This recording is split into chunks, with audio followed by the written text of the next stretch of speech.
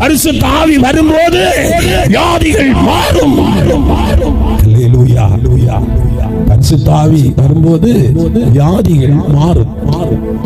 வியாதிகள் மாறும், பிரச்சனைகள் மாறும், சமாதானம் கடந்து வரும். என்ன வரும்? சமாதானம் கடந்து வரும். அல்லேலூயா. எனக்கு கூட சில தம்பிமாரு வராங்க. அவங்களே சிலர் ஏதாவது சொல்லுவாங்க. ஆனா யாரு என்ன சொன்னாலும் அவங்களை பார்க்கும்போது எனக்கு அவங்க மேல அன்பு தான் வருது. இதுதாங்க பரிசுத்த ஆவி. வெறுக்காதவன் பாவத்தை செய்கிறவனை வெறுக்க மாட்டான், அவன் மேல் அக்கறை காண்பிப்பான். அல்லேலூயா. இதுதான் பரிசுத்த ஆவி. சில திருச்சபைகளை பாருங்கள், குடும்பத்தை ஒதுக்கி வைத்திருக்கிறதை பார்க்கிறோம். எத்தனையோ குடும்பங்கள் ஒதுக்கப்பட்டு இன்னைக்கு சுவிசேஷம் இல்லாமல் தேவனற்றவர்களாய் வாழ்ந்து கொண்டிருக்கிறார்கள்.